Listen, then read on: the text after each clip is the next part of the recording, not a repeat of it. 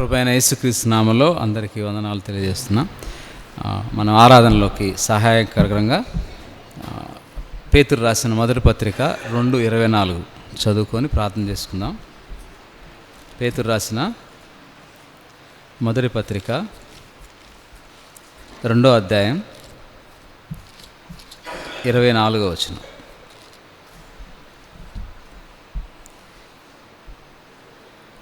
మనము పాపముల విషయమై చనిపోయి నీతి విషయమై జీవించినట్లు ఆయన తానే తన శరీరమందు మన పాపములను మ్రాను మీద మోసుకొనెను. ఆయన పొందిన గాయముల చేత మీరు స్వస్థత నొందితిరి. ప్రార్థన చేసుకుందాం. మహాపరిశుద్ధుడైన మా తండ్రి, ప్రేమ కలిగిన దేవా, శ్రేష్టమైన మీ ఉన్నతమైన నామమునకు వందనాలు స్తోత్రాలు చెల్లిస్తున్నాం ప్రభా. ఉదయకాల సమయంలో మా ప్రభా మమ్మల్ని ఆకర్షించి సజీవులుగా ఉంచి ఆకర్షించి మీ యొక్క తండ్రి సన్నిధికి తీసుకొచ్చిన విధానంకే మీకు వందనాలు. ఈ దినాన ప్రభా మరి మిమ్మల్ని ఆరాధించడానికి ఆత్మతోనూ సత్యంతోనూ మా హృదయం నిండిన కొలది దేవా మరి మిమ్మల్ని మహిమపరిచినట్లుగా ఆరాధించినట్లుగా మమ్మల్ని సిద్ధపరచండి. నన్ను మీ సిలువ చాటును మరుగుపరచండి దేవా. మార్గ మధ్యలోన మా ప్రియులను మా తండ్రి మీరు త్వరపెట్టి తీసుకురమ్మని అందరం కలిసి దేవా మిమ్మల్ని మహిమపరిచినట్లుగా కృపణయమని సమస్తమైన చీకటి శక్తులను ఆటంకపరిచే శక్తులను యేసు నామములో బంధిస్తూ మా రక్షకుడు విమోచకుడైన క్రీస్తు యేసు నామం పేట అడిగి వేడుకుంటున్నాం తండ్రి, ఆమీన్. రైట్, ఇక్కడ మనం చూసుకున్నట్లయితే మన యొక్క థీము శ్రమ. యేసుక్రీస్తు ప్రభువారి యొక్క శ్రమల ద్వారా శ్రమలు మనకి ఏమిచ్చాయి, ఆయన శ్రమ పడటం వల్ల ఏమొచ్చింది అనేది చూసినట్లయితే మరి ఇక్కడ ఈ యొక్క మనం చదివిన చివరి భాగంలో ఆయన పొందిన గాయముల చేత మీరు స్వస్థత నొందితిరి. ఆయన పొందిన గాయముల చేత మీరు స్వస్థత నొందితిరి. దేవుని యొక్క పద్ధతి మనం చూసినట్లయితే ఆయన మనుషుల్ని స్వస్థపరిచిన విధానాలు చాలా రకాలుగా ఉన్నాయి. మనుషుల్ని స్వస్థపరిచిన విధానాలు చాలా రకాలుగా ఉన్నాయి. అయితే మరి అల్టిమేట్గా యేసుక్రీస్తు ప్రభువారి యొక్క గాయాలని చెప్తా ఉన్నాడు. సో ఒక గుడ్డివాడు ఇంకో గుడ్డివాడికి త్రోవ చూపించలేడు, ఒక బలహీనుడు ఇంకొక బలహీనుడికి ఆసరాగా ఉండలేడు. కానీ ఒక గాయము ఇంకో గాయాన్ని కడుతుంది, ఒక గాయము ఇంకో గాయాన్ని కడుతుంది. అదే యేసుక్రీస్తు ప్రభువారి యొక్క ప్రత్యేకత. యేసుక్రీస్తు ప్రభువారి యొక్క గాయాలు మన యొక్క గాయాలని కట్టి మనల్ని బాగు చేస్తాయి. అయితే ఆయన గాయాలు పర్మనెంట్, ఆయన గాయాలు ఇప్పుడు అలానే ఉంటాయి. సో ఈ స్వస్థత అని ఆలోచించినప్పుడు మరి యెహోవా దేవుడు తను తాను యెహోవా రాఫాగా పరిచయం చేసుకున్నాడు. యెహోవా దేవుడు మొట్టమొదటిగా ఆయన యెహోవా రాఫా అని పరిచయం చేసుకున్నాడు. ఇశ్రాయేలు ప్రజలు మరి ఐగుప్తులో బానిసత్వంలో ఉన్నప్పుడు 430 సంవత్సరాలు వాళ్ళు బానిసత్వంలో ఉన్నప్పుడు వారి యొక్క ఆర్తనాదాలు ఆయన విన్నాడు. వారు ఎంతో శ్రమపడ్డారు, బానిసలుగా వాళ్ళు ఉన్నారు. ఇప్పుడున్న పిరమిడ్స్ అని మనం చూస్తూ ఉన్నాం.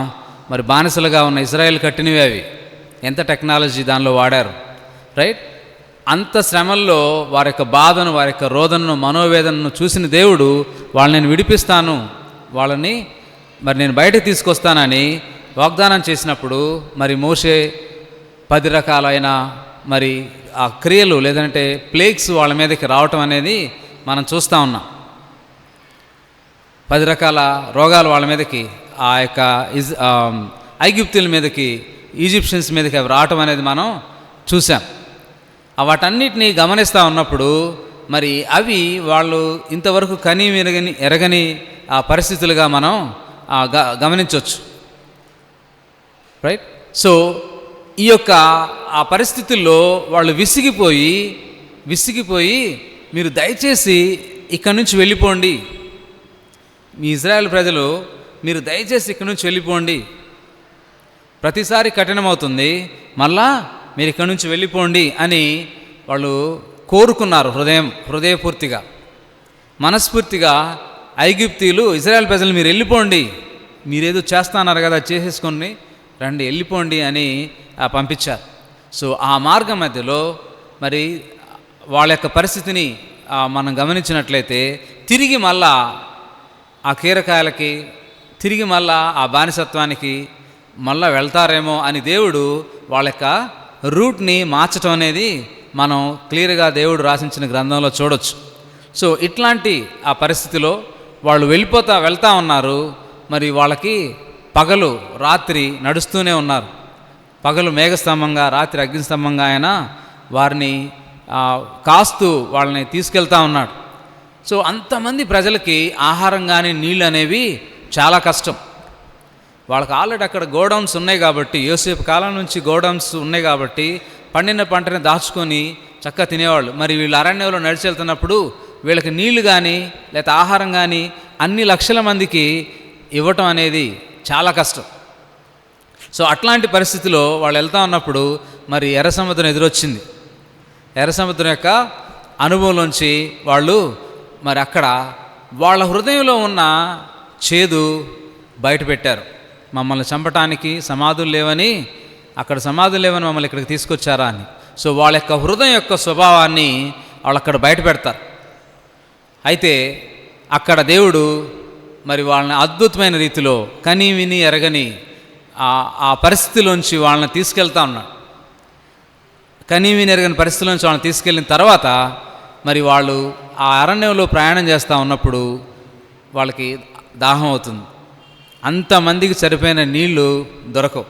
వాళ్ళు అప్పుడు మారా వరకు వాళ్ళు ప్రయాణం చేసి మారా దగ్గరికి వెళ్ళినప్పుడు ఎంత ఎక్సైట్ అయిపోతారంటే చాలా ఎక్సైట్ అయిపోయి అసలు మనకి ఇంతసేపు అంటే ఆల్మోస్ట్ గంటల కొలది నీళ్ళ కోసం అందరూ వెతుకుతూ ఉన్నారు, మరి ఇక్కడ నీళ్లు కనిపించాయి అని చాలా హ్యాపీగా ఆనందంగా వెళ్ళి దోశలతో పట్టుకొని తాగుతారు. సో అవి తాగటానికి వల్ల కానీ నీళ్లు కలుస్తారు. సో చేదు నీళ్లు కూడా ఉంటాయని అప్పుడు వీళ్ళకి తెలిసింది. సో ఈ యొక్క నీళ్ళ అనుభవాన్ని ఆలోచిస్తే మరి ఐగుప్తులో మరి దేవుడు అక్కడున్న నీళ్ళన్నిటినీ, నదిలో ఉన్న నీళ్ళన్నీ కూడా ఎర్రగా అయిపోవాలి, రక్తంలాగా మారిపోవాలని మరి మోషే ద్వారా చేయించినప్పుడు వాళ్ళు అదే అనుభవాన్ని తాగలేరు. చూస్తూ ఉన్నారు కానీ రక్తంలాగా ఎర్రగా ఉన్న నీళ్ళని సో ఎట్లా మేనేజ్ చేసి వచ్చారు. కానీ ఇక్కడికి వచ్చినప్పుడు వాళ్ళకి అది తాగటానికి వల్ల కాలేదు. మళ్ళా మోషే దగ్గరికి వెళ్ళి నువ్వు మమ్మల్ని తీసుకొచ్చావు కానీ ఇక్కడ నీళ్లు తాగటానికి అయోగ్యంగా లేవు, మరి కొన్ని గంటల్లోనే మేము చచ్చిపోతాం, నీళ్లు లేక ఈ మళ్ళా అరణ్యంలో రాలిపోయే పరిస్థితుల్లో మేము ఉన్నాము, ఎందుకు అలా. సో దేవుడు మోషేకి సెలవిచ్చినట్లు సో నువ్వు ఒక చెట్టుని తీసి దానిలో వేయి అన్నాడు. సో చెట్లు ఏమన్నా ఉందా?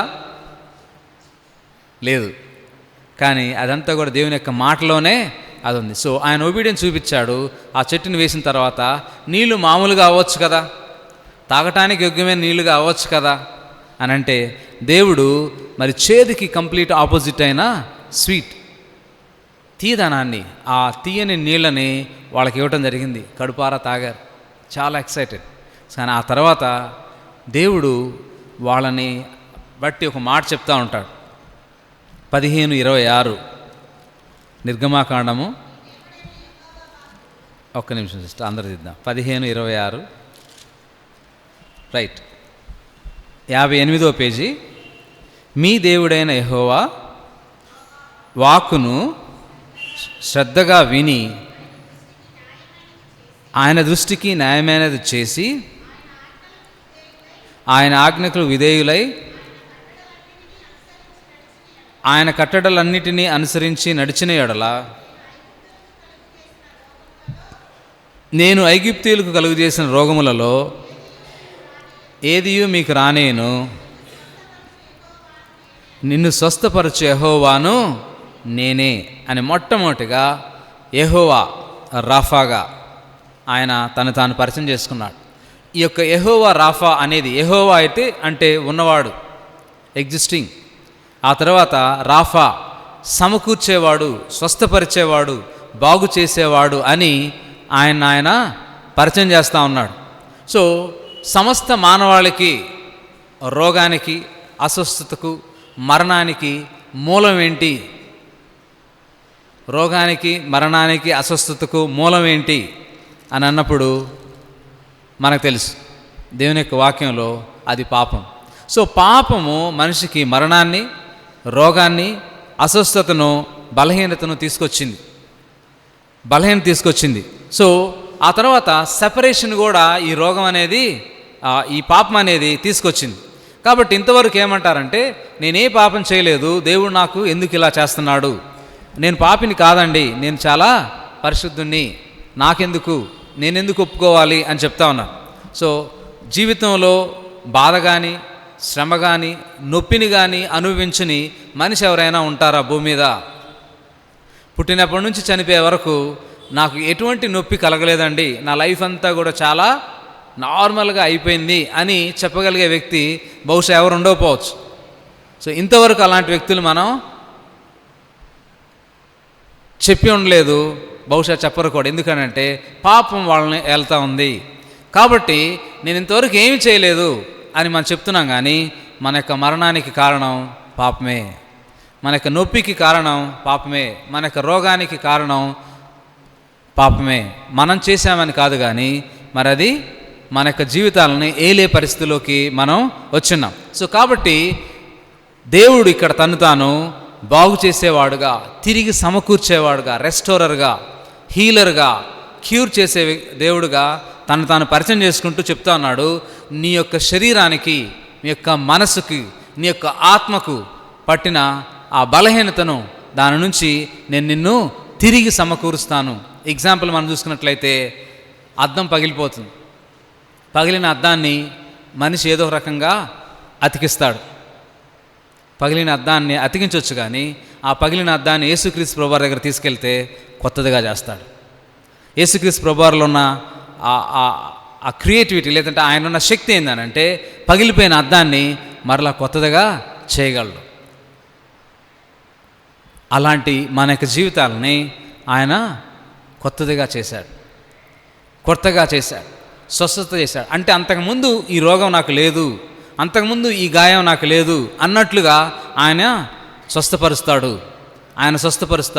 సో అలాంటి పరిస్థితిలోకి దేవుడు మనదిస్తాడు. సో మానసికమైన బ్రోకెన్నెస్, హృదయము బ్రేక్ అయిపోయిన ఆ పరిస్థితిలో కూడా ఆయన మనల్ని స్వస్థపరిచే దేవుడుగా మనకి ఉన్నాడు. మనం చూసినట్లయితే కీర్తనలో 147:3 ఈ యొక్క బ్రోకెన్నెస్ గురించి చెప్తా ఉంటాడు. కీర్తనలు 147:3 గుండె చెదిరిన వారిని, రైట్. సో బ్రోకెన్నెస్, చెదిరిపోవటం, ఆ యొక్క బ్రోకెన్నెస్ని కట్టేవాడే యెహోవా రఫా. ఆయన గుండె చెదిరిన వాళ్ళని కట్టే దేవుడుగా మనం చూస్తూ ఉన్నాం. సో శరీరం యొక్క బలహీనతలే కాదు, కానీ ఆత్మకు, మనసుకు సంబంధించిన మానసిక, ఆ తర్వాత మన యొక్క భావోద్రేకాలకు సంబంధించిన ప్రతిదాన్ని కూడా ఆయన హీల్ చేసే దేవుడుగా తను తాను మరి పరిచయం చేసుకుంటా ఉన్నాడు. జస్ట్ 3 days బ్యాక్ అద్భుతాన్ని చూశారు. ఆ 3 days తర్వాత పెద్ద కీర్తన పాడారు. మళ్ళా వెంటనే వాళ్ళ యొక్క లైఫ్లోకి ఈ యొక్క మారా అనుభవం వచ్చేసింది. సో వాస్తవంగా మరి ఇక్కడ ఆయన చెప్పేది ఏంటంటే, బిట్టర్నెస్ అనేది వాళ్ళ యొక్క హృదయాల్లో ఉంది, చేదు వాళ్ళ హృదయాల్లో ఉంది. ఆ హృదయం యొక్క రిఫ్లెక్షనే ఆ వాటర్. చేదు ఆ హృదయం యొక్క రిఫ్లెక్షన్. సో మీ హృదయాలు ఈ చేదు వాటర్ లాగా అయిపోయాయి. ఈ చేదు వాటర్ని తీయగా మార్చగలిగే చెట్టు అంటే చెప్పబడిన మాట, అది వాళ్ళని మరి ఆ యొక్క చేదుని తీయగా చేసింది. సో ఆ రిఫ్లెక్షన్, వాళ్ళ యొక్క చేదు స్వభావం ఎర్ర సముద్రం దగ్గర కనిపించింది, ఆ నీళ్ళ దగ్గర కనిపించింది. వాళ్ళ యొక్క చేదు స్వభావం ఈ నీళ్ళ దగ్గర కూడా కనిపిస్తూ ఉంది. ఏందనంటే, ఆ నీళ్లు మమ్మల్ని ముంచేస్తాయి, ముందు నువ్వు వెనక గొయ్యిలాగా అయిపోయింది మా పరిస్థితి, ఎటు వెళ్ళలేని పరిస్థితి. అక్కడ వాళ్ళ చేదు స్వభావాన్ని బయటపెట్టారు. మరలా మారాలో కూడా వాళ్ళ యొక్క చేదు స్వభావాన్ని బయటపెడుతూ చెప్తా ఉన్నారు, ఇది తాగటానికి యోగ్యమైన నీళ్ళు కాదు, మేము చచ్చిపోతాం. ట్రీ అప్రూట్ చేసి దాన్ని నీళ్ళలో వేయమని చెప్పినప్పుడు వేశాడు. ఆ యొక్క మధురమైన జలముగా మార్చబడిన, లేదంటే చేయబడిన జలాన్ని వాళ్ళు సేవించారు. సో అక్కడ యేసుక్రీస్తు ప్రభువారిని అప్రూటెడ్ అని మనం చూసినట్లయితే, ఒక బ్రాంచ్ని కట్ చేసినా, ఒక ట్రీని కంప్లీట్గా లేపినా అది అప్రూటెడ్, అది సెపరేట్ అయిపోయింది. సో దేవుని నుంచి సపరేట్ అయ్యి మన కోసం ఆ నీళ్ళలో, ఆ చేదులో, ఆ పాపంలో మరి పడిపోయిన యేసుక్రీస్తు ప్రభువారిని ఈ యొక్క చెట్టు చూపిస్తూ ఉంది. సో ఆయన దాన్ని అలా చేయగలడు. ఆయన అప్రూవ్ చేసుకొని చేశాడు. అప్పటి వరకు నువ్వు చెట్టును వేయి అన్నాడు. ఆ తర్వాత ఆయనే వచ్చి దాన్ని చేశాడు. ఆయన పొందిన గాయంలోంచి మనకు స్వస్థతని అనుగ్రహించాడు. సో ఆయన సృష్టిని వాడుకున్నాడు మనుషులను స్వస్థపరచడానికి. సృష్టిలోని వస్తువులను వాడాడు. ఉమ్మివేసి మట్టితో కళ్ళ మీద రాస్తే చూపొచ్చింది, రైట్. సో ఆయనకు వస్త్రపు చెంగు పట్టుకుంటే మరి స్వస్థత వచ్చింది. సో చాలామందిని ఆయన అలా స్వస్థపరిచి చెప్తా ఉన్నాడు. ఆయనే ఆ గాయాలను పొందుకొని ఆయనే అప్రూవ్ చేయబడిన ఆ చెట్టు, దాని నీళ్ళలో వేయబడిన చెట్టుగా మనకి కనిపిస్తూ ఉన్నాడు. సో చాలా విషయాల్లో ఆయన మరి వాటర్ని వాడుకోవటం జరిగింది. ఎందుకు ఈ మారా అనుభవం అనంటే వాళ్ళని పరీక్షించడానికని మనం ఆ 15వ అధ్యాయంలో మనం చూడొచ్చు. ఎందుకు అనంటే ఆ పరీక్షలో బిట్టర్నెస్ ఆఫ్ స్పిరిట్, వాళ్ళ యొక్క ఆత్మలో ఉన్న చేదుని మరి చెప్పి అది పరిహరించడం కోసం ఆయన మరి ఇజ్రాయేలైట్స్కి ఆ విధంగా ఒక మారా అనుభవంలోకి తీసుకెళ్ళటం అనేది జరుగుతుంది. సో ఈ విధంగా వాళ్ళు తమ యొక్క మారా అనుభవాన్ని మరి మధురంగా మార్చిన దేవుణ్ణి బట్టి వాళ్ళు దేవుడు స్వస్థపరిచే యెహోవా అని మొట్టమొదటగా తెలుసుకోవటం అనేది చూస్తూ ఉన్నాం. వాస్తవంగా ఆయన స్వస్థపరిచే, ఆయన ఏమైనా చేశాడా? అక్కడ స్వస్థకార్యం జరిగిందా? అక్కడ స్వస్థకార్యం ఏమైనా జరిగిందా అని అంటే లేదు. స్వస్థకార్యం ఎవరో జరిగిందంటే నీళ్ళకు జరిగింది. నీళ్లు చేదు నుంచి మరి స్వీట్గా మారడం జరిగింది. బిట్టర్ వాటరు మరి తీయటి నీళ్ళుగా మారాయి. ఆ రిఫ్లెక్షన్ ఏం చెప్తుంది అని అంటే వాళ్ళ యొక్క హృదయం అంత బిట్టర్గా ఉంది. ఆయన దాన్ని మధురంగా మారుస్తాడు. నా జీవితాన్ని కూడా ఆ విధంగానే ఆయన కట్టాడు. ఆయన పొందిన గాయముల చేత స్వస్థత నొందితిరి. పాస్ట్ మన చేదు స్వభావాన్ని ఆయన స్వస్థపరిచిన యెహోవా రాఫాగా మనకి ఆయన కనిపిస్తూ ఉన్నాడు. సో అప్పుడు ఆయన చెట్టును వాడాడు. తర్వాత తన్ను తాను తండ్రి దగ్గర నుంచి సపరేట్ అయిపోయి మరి పాపముల కోసం ప్రాయచిత్తాన్ని కలువసిరిలో చేసి ఏలి ఏలి లామా సబాక్తాని అని ఆయన పలికాడు. నా దేవా నన్ను ఎలా చేయి విడిచితివి? అప్రూవ్ చేసేసావు ఎందుకు? సపరేట్ చేసావు ఎందుకు? ఈ పాపంలో పడి నన్ను పాపముగా ఎందుకు చేశావని ఆయన అడగటం జరిగింది. సో ఆ విధంగా మనలో ఉన్న చేదు స్వభావాన్ని ఆనందంగా, ఆ తర్వాత మరి పనికొచ్చే పరిస్థితిలోకి మంచి ఆలోచనలు కలిగిన జీవితాన్ని ఇవ్వటానికి దేవుడు చేశాడు. అయితే మనిషి యొక్క పాపం ఏం చేస్తుందనంటే దేవుడి దగ్గరికి రాకుండా, దేవుడిని ఆరాధించకుండా మరి చేస్తూ ఉంటుంది.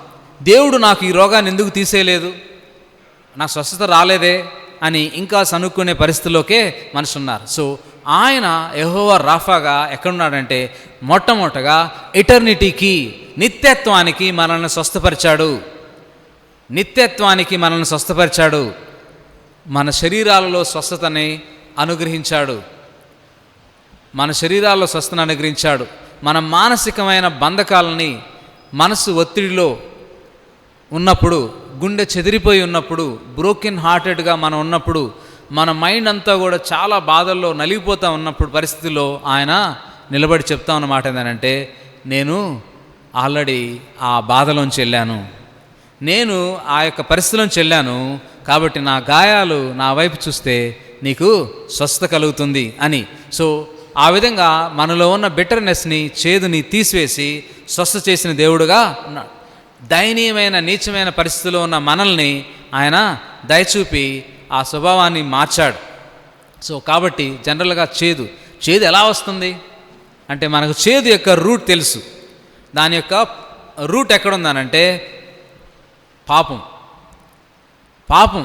సో పాపం అనేది ఆ విధంగా చేదుని మనలో కలుగజేస్తూ ఉంటుంది. కొన్ని సందర్భాల్లో నిరాశ, నిస్పృహ, ఆ తర్వాత మనం ఇల్ట్రీట్ చేయబడటం, ఆ తర్వాత డిసప్పాయింట్మెంట్స్ మనకి లైఫ్స్లో కలిగినప్పుడు ఆటోమేటిక్గా మనలో ఉన్న చేదు స్వభావం బయటకు వస్తూ ఉంటుంది. కాబట్టి గాయపడిన లేదంటే చేదుతో నిండిన మన యొక్క గాయాలని కట్టడానికి ఆయన ఆ యొక్క వూండెడ్ స్పిరిట్ని కట్టడానికి, స్పిరిట్ ఆఫ్ బిటర్నెస్ దానిని స్వీట్గా మళ్ళీ మార్చడానికి ఆయనే గాయాలు పొందినట్లుగా మనం చూస్తూ ఉన్నాం. ఆయన మన రోగాలని, మన గాయాలని స్వస్థపరిచే దేవుడిగా మనం చూస్తూ ఉన్నాం. సో నెల్లూరులో ఒక డాక్టర్ గారు ఒక బోర్డు ఇలా పెట్టాడు బయట, తన డోర్కి ఎదురుగా రాశాడు, డాక్టరు నేను వైద్యం మాత్రమే చేయగలను, స్వస్థపరచువాడు దేవుడే. నేను వైద్యం మాత్రమే చేయగలను, స్వస్థపరచువాడు దేవుడే. సో అక్కడికి వచ్చినప్పుడు ఎలా ఉంటుందనంటే, అనారోగ్య పరిస్థితిలో చివరికి డాక్టర్లకి దండం పెట్టి బ్రతికించు అనే పరిస్థితికి వెళ్తూ ఉంటాం. ఆయన అంటాడు, నేను జస్ట్ నీకు ఏం మెడిసిన్ ఇవ్వగలను, కానీ స్వస్థ అనేది ఆయన దగ్గర నుంచి రావాల్సిందే, రావాల్సిందే. సో ఆ విధంగా మరి ఈ స్వస్థత గురించి ఆయన స్వస్థపరిచే దేవుడుగా తన్ను పరిచయం చేసుకుంటూ ఉన్నాడు. సో కొంతమంది ఈ స్వస్థత లేని వారుగా కొన్ని సంవత్సరాలు చర్చకొస్తానే ఉంటారు. హృదయం స్వస్థపరచబడదు, మనసు స్వస్థపరచబడదు, శరీరం స్వస్థతలో ఉండదు. ఆ పాపంతోనే ప్రాక్కుంటూ చర్చకొస్తా ఉన్న వాళ్ళకి దేవుడు చెప్తా ఉంది ఏంటంటే, మీరు నా మాటలు విని ఒకవేళ నా వైపు తిరిగితే స్వస్థత మీకు అనుగ్రహిస్తాను. ఆ స్వస్థత ఎక్కడికి అనంటే ఇటర్నిటీ వరకు, నిత్యత్వం వరకు నిన్ను నన్ను తీసుకెళ్తుంది. సో నీ మనసుకి, నీ బ్రోకెన్నెస్కి, ఆ తర్వాత నీ బిట్టర్నెస్కి, వీటన్నిటికి కూడా స్వస్థత ఆయన గాయాల్లో ఉంది. ఆ గాయాలు సో కాబట్టి రక్షణ పొందినప్పుడు, మనం ప్రభువుకి సమర్పించుకున్నప్పుడు ఈ స్వస్థతను మనం చూడవచ్చు. సో దేవుడు కొన్ని ప్రామిసెస్ చేస్తూ వచ్చాడు. ఇజ్రాయెల్కి అక్కడ చేశాడు, ద్వితీయోపదేశకాండంలో కూడా వాళ్ళ స్వస్థత గురించి చెప్తా ఉన్నాడు. ఆ తర్వాత ఇర్మియాకు కూడా కొన్ని ప్రామిసెస్ ఇస్తూ ఉన్నాడు. ఇర్మియా 30:17 మనం చూసినట్లయితే,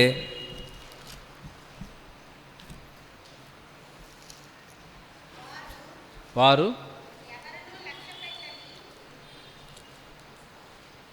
ఎవరనూ లక్ష్యపెట్టని సియోననియు వెలివేయబడననియు నీకు పేరు పెట్టుచున్నాను. అయితే నేను నీకు ఆరోగ్యం కలుగజేసేదను, నీ గాయములను మాన్పెదను. ఇదే యెహోవా వాక్కు. 33:6 చూసినట్లయితే,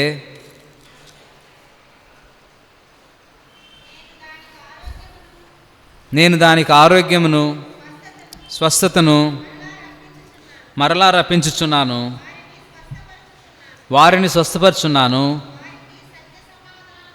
వారికి సత్య సమాధానములను సమృద్ధిగా బయలుపరచెదను. ఈ యొక్క మాటల్ని, వాగ్దానాలను చూస్తూ ఉంటే మరి ఇవి వాళ్ళ యొక్క లైఫ్స్లో ఎప్పుడు నెరవేరాయి. మలాకి 4:2.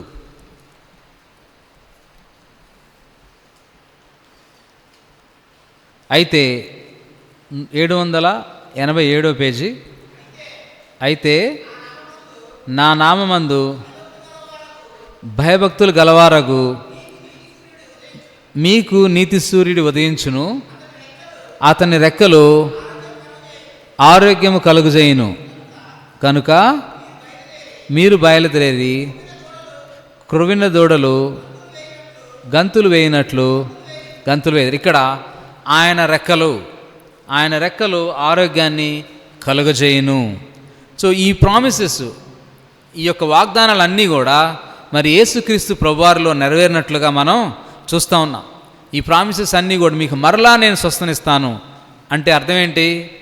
బ్యాక్స్లెడెన్, మీరు వెనక్కి వెళ్ళిపోయారా, పడిపోయారా, అయినా కానీ నేను మీకు స్వస్థనిస్తాను. ఎందుకనంటే నా గాయాలు ఇంకా ఫ్రెష్గా ఉన్నాయి. సో యూత్ మీటింగ్లో అన్న మాట్లాడుతూ, అన్న పేరు మన జరిగిన యూత్ మీటింగ్, కోదండరామన్న మాట్లాడుతూ, మరి ఒక విశ్వాసి పాపం చేస్తా ఒక అన్న దగ్గరికి వెళ్ళినప్పుడు మంచి చిత్రాన్ని ఆయనకిచ్చి, నువ్వు పాప తలంపులు వచ్చినప్పుడు అలా ఒక మేకు కొట్టమని చెప్పాడు. అలా ఒక వారం ఎన్ని తలంపులు వచ్చాయో కొట్టాడు. ఆల్మోస్ట్ ఆ బొమ్మంతా నిండిపోయింది. చూశాడు ఇదంతా నింపేశామంటే ఎన్ని తలంపులు నీకు వచ్చాయి, కాబట్టి మరి ప్రార్థన చేసుకొని పశ్చాత్తాపడి వదిలిపెట్టు అని. సో తర్వాత స్లోగా కాన్షియస్గా తను పాపం చేయకుండా ఉన్నాడు. అన్న నేను ఈరోజు ఏమీ పాపం చేయలేదని నాకు అనిపిస్తుందంటే ఒక మేకు తీసేయమన్నాడు. అట్లా మేకులన్నీ తీసేసిన తర్వాత, అంటే నేను పాపం చేయలేదని మేకులన్నీ తీశాడు. ఆ మేకులన్నీ తీసిన తర్వాత, అన్న మీరిచ్చిన ఆ బ్యూటిఫుల్ పిక్చర్ రంధ్రాలతో ఉండిపోయిందన్న, అదేనయ్యా దేవుని యొక్క హృదయం. ఎందుకనంటే మనం చేసిన ప్రతి పాపం కూడా ఆయన హృదయాన్ని గాయపరుస్తూ ఉంటుంది, ఆయన హృదయం స్రవిస్తూ ఉంటుంది.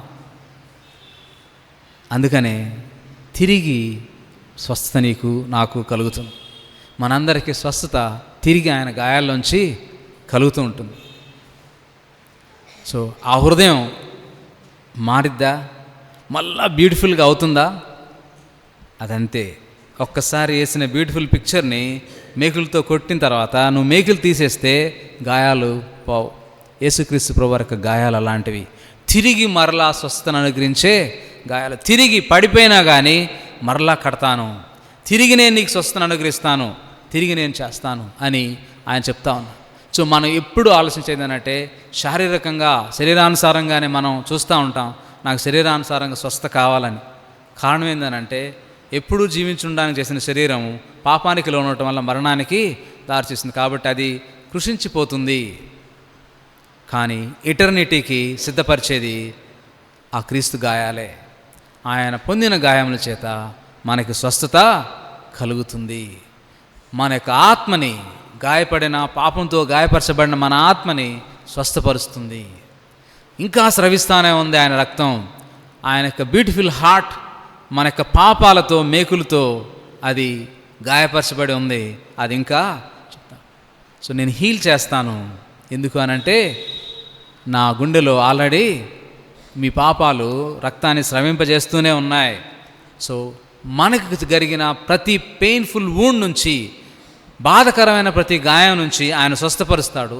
మన మెమరీస్, మన మనసు ఎక్కడైతే నొచ్చుకున్నదో, బాధపడిందో, మనం ఎన్ని రోజులు సంవత్సరాలు తరబడి మన యొక్క మనోవేదనతో జీవించామో దానిని కూడా ఆయన స్వస్థపరుస్తాడు. రాతి గుండెను మాంసం గుండెగా చేసే దేవుడిగా ఉన్నాడు. మనకి డిసప్పాయింట్మెంట్స్ అన్నిటిని కూడా ఆయన రెస్టోర్ చేసే దేవుడిగా తన్ను పరిచయం చేసుకుంటూ ఆ విక్టరీని మనకిస్తా ఉన్నాడు. గాయాలు పర్మనెంట్గా నాకుంటాయి, కానీ స్వస్థత పర్మనెంట్గా నీకిస్తా అంటున్నాడు. అలాంటి ఆ దేవుణ్ణి, యెహోవా రాఫాని మనం ఆరాధించబద్ధులమై ఉన్నాం. సో కాబట్టి and he is the greatest physician ever lived on earth. భూమి మీద జీవించిన వైద్యులందరికంటే కూడా ఆయన లాంటి వైద్యుడు ఎవరు లేరు. ఆయన లాంటి వైద్యుడు. సో గ్రేటెస్ట్ హీలర్, ఆ గొప్ప డాక్టర్ ఆయన. సో ఆయన ప్రజలను చూసినప్పుడు వారి మీద కనికరపడి వచ్చిన వారందరినీ స్వస్థపరిచి పంపించేవాడు. ఎంతమంది వచ్చారంటే మరి వందల వేల మంది. కారణం ఏంటనంటే ప్రతి ఒక్కరి జీవితంలో పాపం ఉంది, ప్రతి ఒక్కరి జీవితంలో రోగం వచ్చింది. కాబట్టి యేసుక్రీస్తు ప్రభువు వారి దగ్గరికి గుంపులుగా జనాలు వచ్చేవాళ్ళు. వినటానికి కొందరు వస్తే స్వస్థత కోసం, ఆహారం కోసం ఎక్కువ మంది వచ్చేవాళ్ళంట. సో అలాంటిది. అందుకని మనం చూసినట్లయితే మత్తయి సువార్త 8:17లో, మత్తయి సువార్త 8:17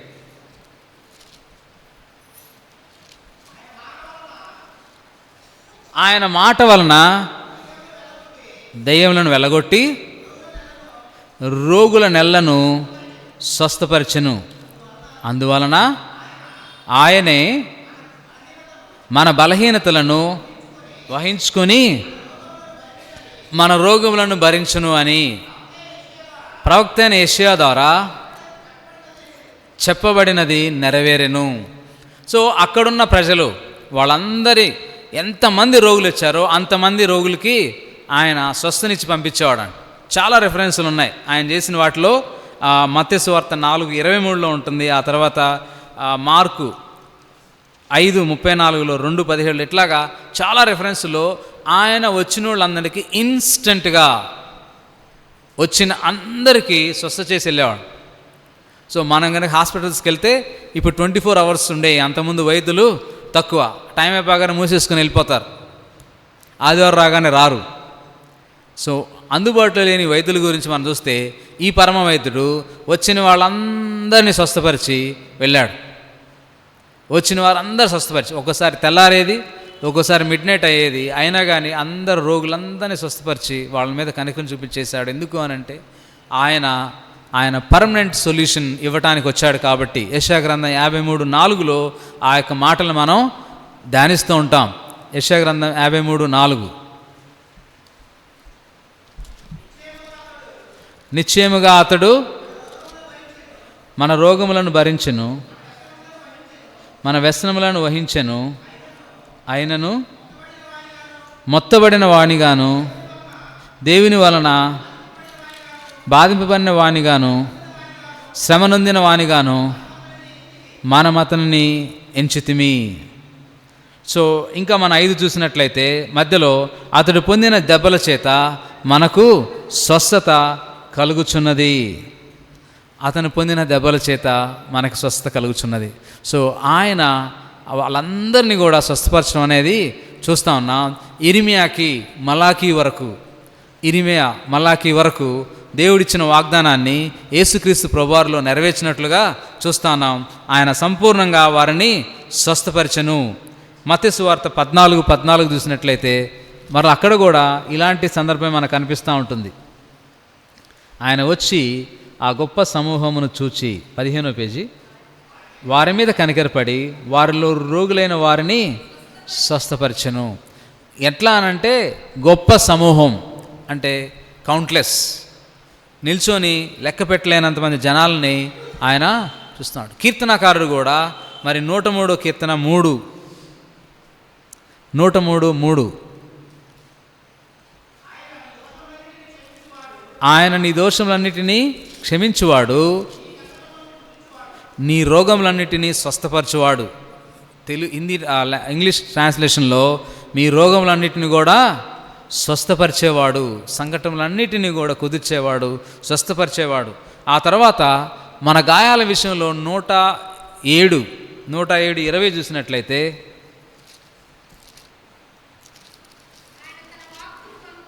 ఆయన తన వాక్కును పంపి ఆయన బాగు చేసెను.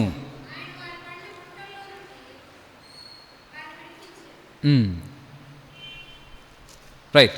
సో ఆయన తన వాక్కును పంపి వారిని బాగు చేసిన. అవును, మోషేకి వాక్కునిచ్చాడు, ఆ తర్వాత ప్రవక్తలకి వాక్కునిచ్చాడు, కానీ ఆ వాక్యమే శరీరధారి అయి కృపాసక్తి సంపూర్ణుడుగా మన మధ్య నివసించి మన కొరకు గాయాలు పొంది ఆ గాయాలతో మనల్ని స్వస్థపరిచి పర్మనెంట్గా మనల్ని హీల్ చేసిన యెహోవా రాఫాగా ఆయన మన యొక్క జీవితాల్లో కనిపిస్తూ ఉన్నాడు. సో ఆయన అందరినీ స్వస్థపరిచాడు. కాబట్టి చివరిగా మనం యెహోవా రాఫా, దేన్ని ఆయన స్వస్థపరిచే యెహోవాను నేనే, ఏమేమి స్వస్థపరుస్తాను, నీ శరీరానికి తగిలిన గాయాలను స్వస్థపరిచే దేవుడు, ఆ తర్వాత మన మనసుకు తగిన గాయాలను మరి కుదిర్చే దేవుడు, స్వస్థపరిచే దేవుడు, మన ఆత్మను కృంగిపోయినా నలిగిపోయినా లేదనంటే గాయపడిన మన ఆత్మను కట్టేది ఆయనే, మన రిలేషన్స్ సంబంధాలను తిరిగి సమకూర్చేది ఆయనే, గాయపడిన మన సంబంధాలను కూడా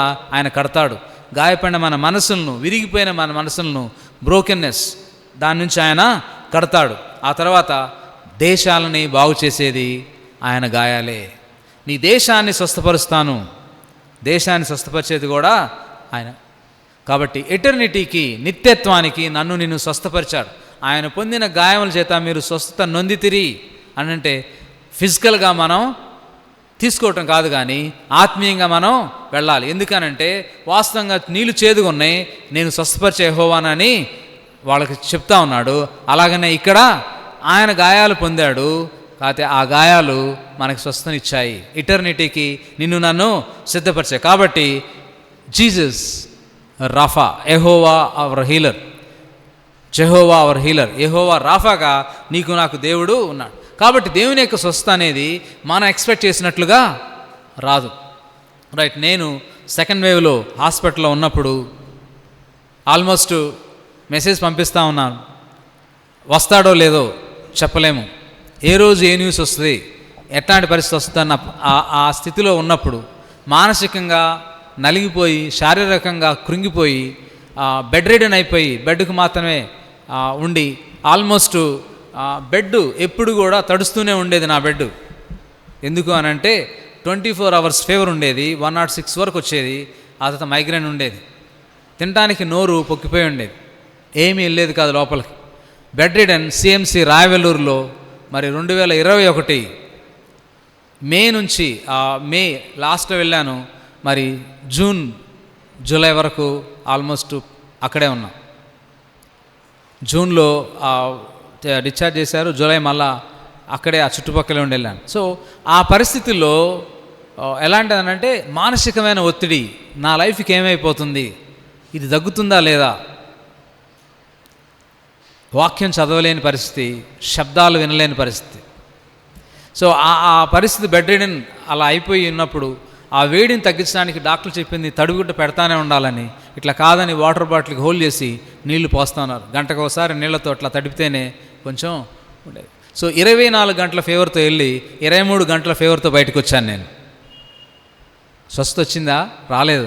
కానీ తర్వాత దేవుడు దాన్ని స్వస్థతని ప్రాసెస్. కాబట్టి ఇన్స్టెంట్గా దేవుడు స్వస్థపరచగలడు, స్లోగా స్వస్థపరచగలడు, అది శరీరానికి మనసు. ఆ సమయంలో అక్కడ సిఎంసీలో ఉన్న స్పెషాలిటీ ఏంటంటే కౌన్సిలర్స్ ఉంటారు. వాళ్ళు వచ్చి స్పిరిచువల్ కౌన్సిలింగ్ ఇస్తారు. ముందు ఆత్మీయంగా, మానసికంగా మనల్ని సిద్ధపరుస్తూ ఉంటారు. సో ఆ సిస్టర్ వచ్చేవాళ్ళు, ఆమె ఫాస్ట్ గారు లెక్క మిస్సెస్, తను కౌన్సిలింగ్ చేసి ఆ కౌన్సిలర్ దానిలో వచ్చి మాట్లాడేది, ట్రాన్స్లేషన్ అవసరం ట్రాన్స్లేషన్ పెట్టుకునేది, ఇంగ్లీష్లో చెప్తా ఉండేది. ఆమె ప్రతిరోజు ఏదో సమయంలో వచ్చి ఎలా ఉన్నారు, సో నీ మనసు చాలా గలిబిలిగా ఉంది, దాన్ని బట్టి నీ స్వస్థత అనేది లేట్ అవుతూ ఉంది. ఆ సమయంలో తను చెప్తుంది, రక్తస్రావణ శ్రీని నీకు తెలుసు కదా, రక్తస్రావణ శ్రీ తెలుసు కదా, ఆవిడ యొక్క స్వస్థత ఎలా కలిగింది, ఆవిడ యొక్క విశ్వాసం, కుమారి డాటర్ నీ ఫెయిత్ నేను స్వస్థపరిచిందని ఎలా చెప్పాడో, ఆయన యొక్క క్లోక్ని నువ్వు పట్టుకో, ఆయన యందు నువ్వు విశ్వాసం ఉంచు, ఆయన యందు విశ్వాసం ఉంచు. ఆమె యొక్క విశ్వాసము ఆమె చెప్తుంది అక్కడ, ఆ ప్రభావము ప్రవహించే విధంగా అక్కడ చేసింది. ఎంతోమంది యేసు మీద పడుతున్నారు, వాళ్ళకి స్వస్థత జరగట్లేదు. ఎంతోమంది ఆయన టచ్ చేశారు, ఆయన ముడితే జరిగింది, కానీ ఆయనను ముడితే స్వస్థత లేదు. చాలామంది పడుతున్నారు, లేస్తున్నారు, కానీ ఎవరికి స్వస్థత కలగలేదు. కానీ ఈవిడికి మాత్రం కలిగింది ఏంటంటే ఆవిడ యొక్క విశ్వాసము ఆ ప్రభావాన్ని ఆ చెంగులోకి తీసుకొచ్చింది అని చెప్తున్నాం. ఆమె యొక్క విశ్వాసము క్రీస్తు ప్రభువు యొక్క ప్రభావము ఆ చెంగులోకి వచ్చే విధంగా చేసింది. ఆ చివరి చెంగును అట్లా ముట్టింది. So that is healing. ఆమె రక్తము ఆగిపోయింది, స్వస్థత కలిగింది, ఆ ప్రభావం ప్రవహిస్తుంది. కాబట్టి you cling to that cloak. నువ్వు ఆయన యొక్క చెంగుని అడుగు, పట్టుకో, నేను ఆయన బతికిస్తాడు అని రోజుకొక ఉదాహరణ చెప్తా వచ్చేది. ఇది చాలా ఎఫెక్టివ్గా నాతో చెప్తా ఉండేది. నీ యొక్క ప్రతీదీ హీల్ చేస్తాడు ఆయన. ఫినాన్షియల్లీ విల్ హీల్, మానసికంగా నేను స్వస్థపరుస్తాడు, శారీరకంగా నేను స్వస్థపరుస్తాడు. ఆత్మీయ స్వస్థత నీకు ఆల్రెడీ ఉంది. You are saved. ఆయన పొందిన గాయముల చేత నీ ఆత్మకు స్వస్థత జరిగిపోయింది. You are saved for eternity. కాకపోతే నీకు ఈ రెండు ఉన్నాయి, వీటిని ఆయన స్వస్థపరుస్తాడు అని చెప్పింది. సో అట్లా మరి ఆ చెప్తూ ఉన్న సమయంలో కొన్ని రోజులకి ఆ మెడిసిన్ ఇంజెక్షన్స్ వేస్తూ ఉన్న సమయంలో చెప్పాను, నాకు ఇంజెక్షన్స్కి మనీ లేవు కాబట్టి మీరు ట్యాబ్లెట్స్ పెట్టండి అన్న. ట్యాబ్లెట్స్ ఒకరోజు పెట్టి రెండో రోజు అన్నారు, ట్యాబ్లెట్స్ అయితే ఇక్కడ నువ్వు ఎందుకు ఇంటికి వెళ్ళి ట్యాబ్లెట్స్ వేసుకో అన్నారు. సేమ్ 23 గంటల ఫీవర్తో అక్కడే ఒక 3 వారాలు తిరిగి అక్కడ నుంచి తర్వాత జూలైలో నేను ఇక్కడికి వచ్చాను. రైట్. సో స్వస్థత అనేది శరీరానికి మాత్రమే కాదు, మనసుకు, మన ఫినాన్సెస్కు, వీటన్నిటికి కూడా స్వస్థత ఆయన దగ్గర నుంచి వస్తుంది. ఎందుకనంటే ఆయన దానిలోంచి వెళ్ళాడు. ఆయన పొందిన గాయముల చేత మనం స్వస్థ పొందుతాం. ఆ విధంగా యెహోవా రాఫాగా గుండె చెదిరిన మనల్ని, మనసు గాయమైన మనల్ని, వీటన్నిటిని కూడా చెప్తాడు, మరలా స్వస్థిస్తా అంటున్నాడు. ఒకవేళ మనం బ్యాక్ స్లైడ్ అయిపోయి ఆయన హృదయాన్ని మేకులతో గుచ్చినా కానీ ఆయన అంటున్నాడు, తిరిగి నీకు స్వస్థ నేను అనుగ్రహిస్తాను. తిరిగి నీకు స్వస్థ. అలాంటి దేవుణ్ణి మనం ఆరాధిద్దాం.